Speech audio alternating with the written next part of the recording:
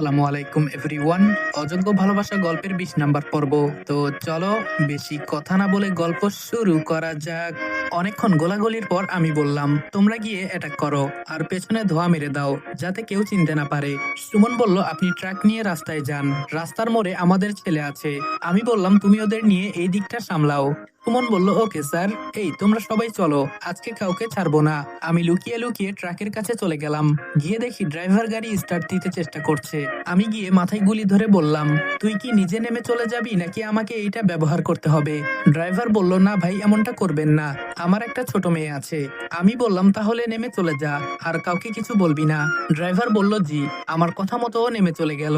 গ্রামে থাকতে ট্রাক চালানো শিখেছিলাম এক বন্ধুর সাহায্যে, যদি কখনো দরকার হয়। আজকে তাই হয়েছে। আমি ট্রাক নিয়ে চলে যাচ্ছি আর ওরা পেছন দিকটা সামলাতে ব্যস্ত।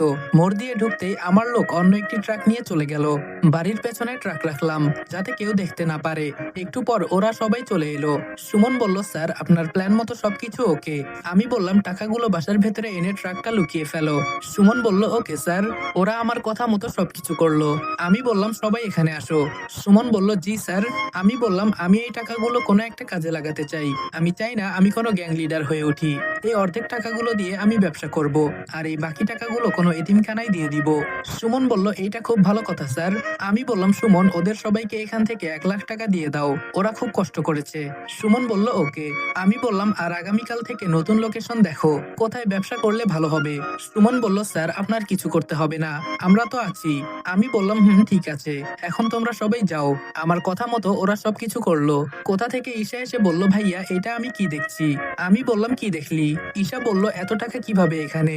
আমি বললাম, মনে কর সব টাকা তোর, নিয়ে যা। ঈশা বলল, দরকার নেই ভাই, এত টাকা আমি সামলাতে পারবো না, তোর টাকা তুই রাখ। কিন্তু এত টাকা কোথায় পেলি? আমি বললাম, তোরে বিয়ে দেওয়ার জন্য টাকা লাগবে, তাই এগুলো ব্যাংক থেকে লুটে আনছি। ঈশা বলল, যা ভাইয়া, তুই আমার সাথে মজা করিস কেন সব সময়? আমি বললাম, এখন কথা না বলে রুমে গিয়ে পড়, আর আম্মুকে এই কথা বলবি না, সাবধান। ঈশা বলল, ভাইয়া এখান থেকে আমি কিছু টাকা নিয়ে নেই। আমি বললাম, নিবি তো নে। ঈশা একটা বান্ডেল নিয়ে উপরে চলে গেল। অপরদিকে মারিয়া বলল, ম্যাম আমরা পারলাম না। তিশা বলল, কি পারলে না? মারিয়া বলল, ম্যাডাম আমরা অনেক চেষ্টা করেছি টাকাগুলো আনতে, কিন্তু পারলাম না। আমরা ওদের সাথে যখন গোলাগুলি করি তখন এই সুযোগে অন্য কেউ ট্রাক নিয়ে পালিয়ে গেছে। তবে একটা মজার বিষয় কি জানেন ম্যাম? তিশা রেগে বলল, কি? মারিয়া বলল, ওই ট্রাকে বোম ছিল, যার কারণে টাকাগুলো সব পুড়ে ছাই হয়ে গেছে। তিশা বলল, যাক তাহলে ভালো কাজই হয়েছে, আমার উপরে এত চাপ আসবে না। মারিয়া বলল, ম্যাম, তবে কে এই কাজ করলো আমরা কিছুই বুঝতে পারছি না। তিশা বলল, খোঁজ খবর নাও, কে এমনটা করেছে। মারিয়া বলল, ম্যাম আমি মনে করি এসবের পেছনে আমরা সময় নষ্ট না করলেই পারি, এসব কাজ পুলিশের। তিশা বলল, ঠিক বলেছো, এখন এখান থেকে যাও। মারিয়া বলল, ঠিক আছে ম্যাম। তিশা বসে বসে চিন্তা করছে কি করবে সে এখন। হঠাৎ দেখতে পেল তার আম্মু আসছে। তিশা বলল, আম্মু তুমি এখানে? আন্টি বললেন, মারে তোর কষ্ট আমি সহ্য করতে পারছি না। তিশা বলল, কষ্ট? কষ্টের কোনো শেষ আছে আম্মু? আন্টি বললেন, মারে তুই রনিকে আবার ফিরিয়ে আন। আমি মনে করি এখানে ওর কোনো দোষ নেই, ও মিথ্যা কথা এই জন্য বলেছে, ও মনে করেছে মেয়র আর আসবে না, কিন্তু ও তো আর এসব জানতো না। তুই ওকে আবার ফিরিয়ে আন, রনি ছেলেটা খুব ভালো।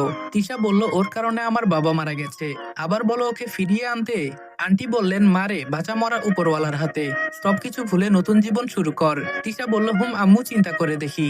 হ্যালো বন্ধুরা, আজ আমি অনেক সম্পর্কে বলছি যেটা সবচেয়ে বিশ্বস্ত। পিএসজি ও সিরিয়া এখানে সহযোগী। বাংলাদেশ প্রিমিয়াম লিগ চলছে, এটাই ক্রিকেট প্রেমীদের জন্য দারুণ সুযোগ। এখানে সমস্ত ক্রিকেট ও ফুটবল অন্যান্য ম্যাচের ফলাফল এবং ম্যাচটি লাইভ দেখতে পারবে, ওই স্কোরের ভবিষ্যৎবাণী করে নগদ জিততে পারবে। এছাড়াও রয়েছে চিকেন রোড ও ক্রাশ খেলা সহ বিভিন্ন ধরনের খেলা, যেগুলো খেলে রয়েছে খুব সহজেই জেতার সম্ভাবনা। মাত্র 300 দিয়ে এখানে খেলা শুরু করতে পারো। BMW গাড়ি, আইফোন, ল্যাপটপ, অন্যান্য পুরস্কার রয়েছে প্রত্যেক দিন। নিবন্ধন করার সময় আমার প্রচার সংখ্যা রিদওয়ান 8 ব্যবহার করলে প্রথম জমাতে পাবে 12,000 পর্যন্ত ও ফ্রি স্পিন। পেটিএম, ব্যাংক, বিকাশ, নগদ, রকেট এবং অন্যান্য সহজ পদ্ধতির মাধ্যমে 1 মিনিটে জেতা রাশি তুলে নিতে পারবে। তাহলে আর দেরি কিসের? আমার কমেন্টে থেকে অথবা গুগলে অনেক সন্ধান করে আমার প্রচার সংখ্যা রিদওয়ান 8 ব্যবহার করে জয়েন করো এবং বোনাস পাও। তিশা ফোনটা বের করে আমার নাম্বারে কল দিল, কিন্তু দেখে ফোন বন্ধ বলছে। ঈশার নাম্বারেও কল করে দেখে নম্বর ব্লকে। তিশা মন খারাপ করে ফেললো। কি করব আমি এখন? আমি যে রনিকে খুব ভালোবাসি, ওকে কি ফিরে পাবো? দরকার পড়লে ওর জন্য সারা জীবন অপেক্ষা করব। সকালে আমি বসে আছি আর সুমন সবকিছু রেডি করছে। কিভাবে কি করতে হবে সব আমি বলে দিচ্ছি। আম্মু বলল, কি করিস বাবা? আমি বললাম, এই তো আম্মু বসে আছি। আম্মু বলল, বাবা তোর সাথে একটা কথা বলতে চাই। আমি বললাম, বলো। আম্মু বলল, তুই কি আর বিয়ে করবি না? আমি বললাম, আরে আম্মু এসব বিয়ের কথা আমাকে বলবা না, যখন সময় হবে তখন বিয়ে করব। সুমন বলল, স্যার আমি একটা কথা বলতে চাই, যদি কিছু মনে না করেন। আমি বললাম, বলো কি বলতে চাও? সুমন বলল, স্যার আমার ছোট ভাই পুলিশের চাকরি করে। আপনার সাথে আপনার বোনের একটা পিক ছিল আমার ফোনে। আমার ছোট ভাই আমার ফোনটা নিয়ে পিকটা দেখে নাকি ওর আপনার বোনকে পছন্দ হয়ে গেছে। আমি বললাম, বুঝতে পেরেছি, তোমাকে আর বলা লাগবে না, তোমার মার নম্বর দিয়ে যাও, আমি কথা বলবো নি। সুমন বলল, ওকে স্যার, এই নিন। সুমন নম্বর দিয়ে যাওয়ার পর ওর মার সাথে কথা বললাম। উনারা কালকে আসতে চেয়েছেন। দেখতে দেখতে 1 বছর চলে গেল। এখন আর তিশার কথা মনে হয় না। নিজের মতো নিজে চলি। আর আমার নিজের ব্যবসা আছে। আর ঈশার বিয়ে হয়ে গেছে সুমনের ভাই সাজিদের সাথে। ছেলেটা খুব ভালো, এজন্য ওদের বিয়ে করিয়ে দিলাম। নিজের মতো নিজে চলি। এখন আমি অফিসের বস, আমার কথাই সবাই চলে। আর সুমন আমার অফিসের ম্যানেজার। খুব সুন্দর করে চলছে আমার দিনকাল। পরিণামে যে আইডি ছিল ওকে ব্লক করে দিয়েছি। অযথা মায়া বাড়িয়ে লাভ নেই। কারো পরামর্শে চলতে আমি পছন্দ করি না। তবে তিশার খোঁজ খবরও রাখি না। মাঝে মাঝে সুমন এসে বলে তিশার খবর। ওর নাকি এখন খুবই ভালো যাচ্ছে দিনকাল। মেয়র আর মেহেদির খবরও আমি জানি না। নিজের কাজ করেই শেষ করতে পারি না। আবার অন্য কেউ অফিসে বসে বসে কাজ করছি। হঠাৎ কোথায় থেকে সুমন দৌড়ে এলো। আমি বললাম, কি হয়েছে, এভাবে দৌড়াদৌড়ি করছো কেন? সুমন বলল, স্যার সর্বনাশ হয়ে গেছে। আমি বললাম, সুন্দর করে বলো কি হয়েছে। সুমন বলল, স্যার সামনে তো নির্বাচন। আমি বললাম, এসব খোঁজ খবর রেখে আমি কি করব? সুমন বলল, স্যার তিশা ম্যাম আবার নির্বাচন করবে। আমি সুমনের দিকে তাকিয়ে বললাম, করলে করবে, তাতে আমাদের কি? আর আমি বলেছি না ওর কথা আমার সামনে বলবে না। সুমন বলল, স্যার আমি জানতাম তিশা ম্যাম খুব নিরাপদ ভাবে থাকবে, কিন্তু স্যার নিজের লোকরাই ম্যামকে মারতে চাইছে। আর তিশা ম্যামের সাথে কাজ করি বলে ম্যামের উপর আমার খুব মায়া হয়। আমি বললাম, কি বলতে চাও বুঝিয়ে বলো। সুমন বলল, আমার ভাই পুলিশে চাকরি করে। ওর কাছ থেকে জানতে পারি মেয়রের একটা মেয়ে আছে। আর মেয়েটাকে সন্দেহজনকভাবে মারিয়ার সাথে মিল পাওয়া যাচ্ছে। আমি বললাম, হোয়াট, কি বলছো তুমি এসব? সুমন বলল, জি স্যার, প্রথমে আমার বিশ্বাস হচ্ছিল না, পরে ভাইয়ের ফাইলগুলো দেখে আমিও বিশ্বাস করতে বাধ্য হই। মনে মনে চিন্তা করছি এজন্য মারিয়া তার পরিবার সম্পর্কে কিছু বলে নাই আমাকে। সুমন বলল, স্যার প্লিজ ম্যামকে আপনি সাহায্য করুন, না হলে ওরা সবাই মিলে ম্যামকে মেরে ফেলবে। আমি বললাম, আমি কখনো চাই না আগের রূপে যেতে। মানুষ খুন করা আর টাকা লুট করা এসব আমার একদম পছন্দ না। বহুদিন পর মেয়রের ভিডিওটা বের করলাম। আমি বললাম, এইটা তোমার ভাইয়ের কাছে দিয়ে দাও। বলেছিলাম এসবের পেছনে আর সময় নষ্ট করব না, কিন্তু আমি ছাড়া ওকে কেউ বাঁচাতে পারবে না। খুব ভালো করে এইটা বুঝতে পেরেছি।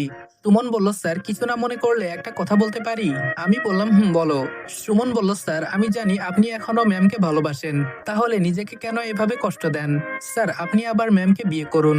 স্যার ভুল তো মানুষই করে, সেই কথা তো আপনিই বলতেন। এক মন্ত্রীর পদ পেয়ে ম্যামের জীবনে সবকিছু হারিয়ে ফেলেছে, আবার যদি নির্বাচন করে মনে হয় না ম্যাম আর বাঁচতে পারবে। স্যার এখন সবকিছুই আপনার হাতে। আমি বললাম, যাও, আমাকে একটু চিন্তা করতে দাও, আর ওই মারিয়ার উপর নজর রাখো। সুমন বলল, ওকে স্যার।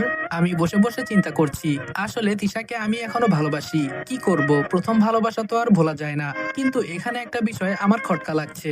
অনেকদিন আগে পরিণামের আইডি থেকে আমাকে মেসেজ করে জানিয়ে দিত কিভাবে কি হতো। তার মানে কোনোভাবে এই পরিটা তো মারিয়া না।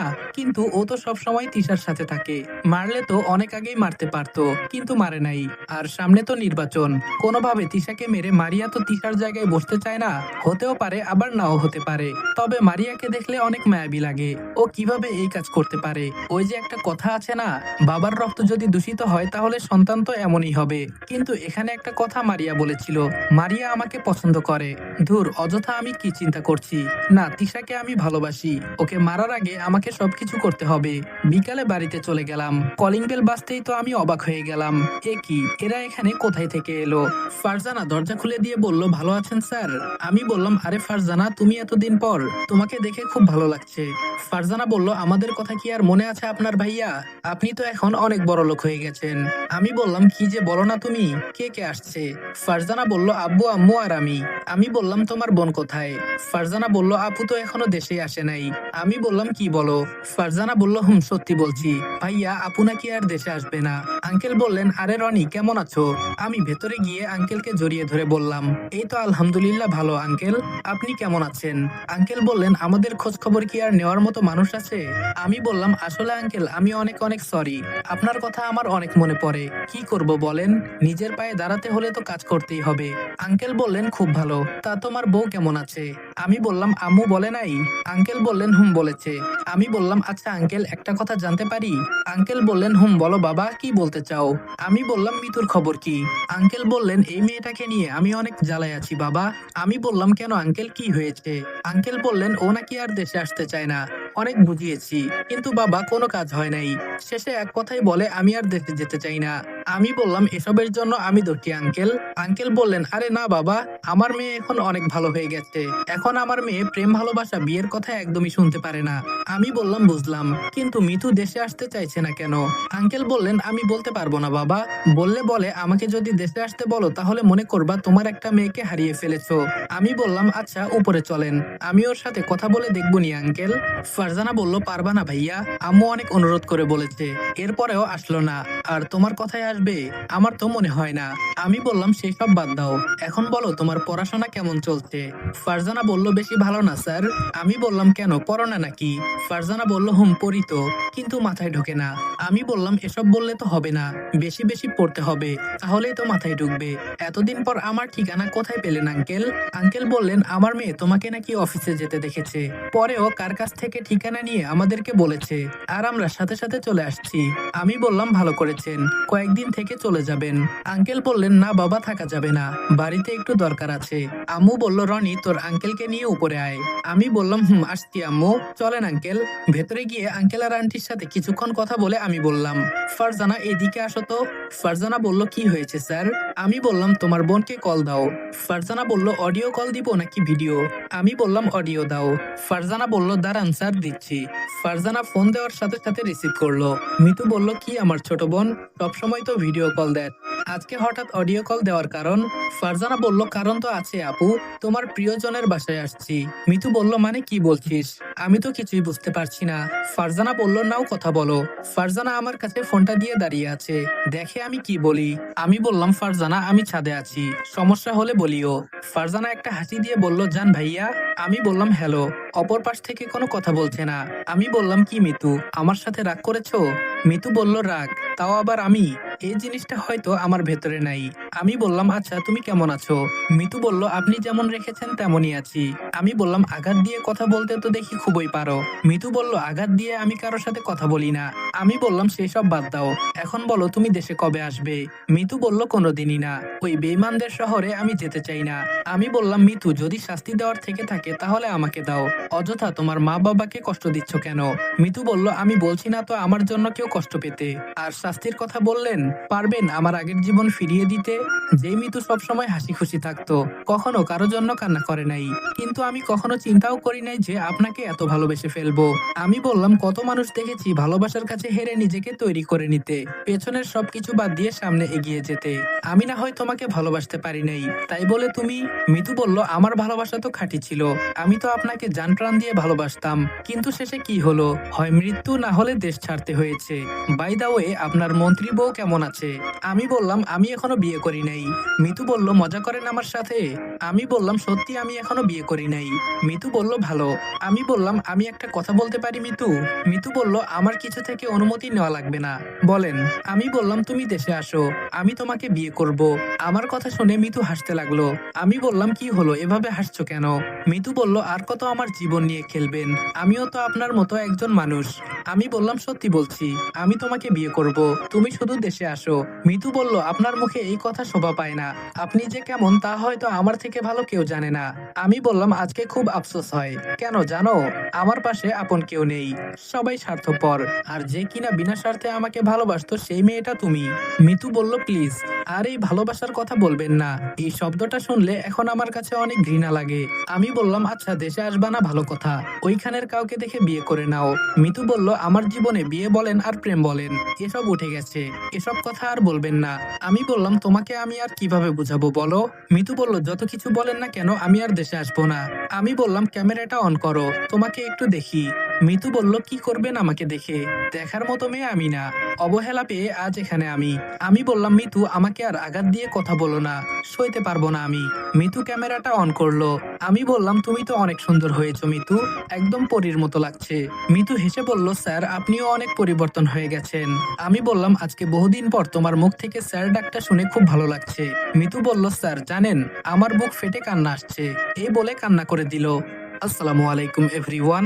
অযোগ্য ভালোবাসা গল্পের 20 নাম্বার পর্ব এখানেই শেষ করলাম। ভিডিওটা ভালো লাগলে লাইক এবং কমেন্ট করে দিও, আর চ্যানেলে নতুন হলে সাবস্ক্রাইব করতে ভুলবে না। তো দেখা হচ্ছে নেক্সট ভিডিওতে। ততক্ষণ ভালো থাকবা, সুস্থ থাকবা। আল্লাহ হাফেজ।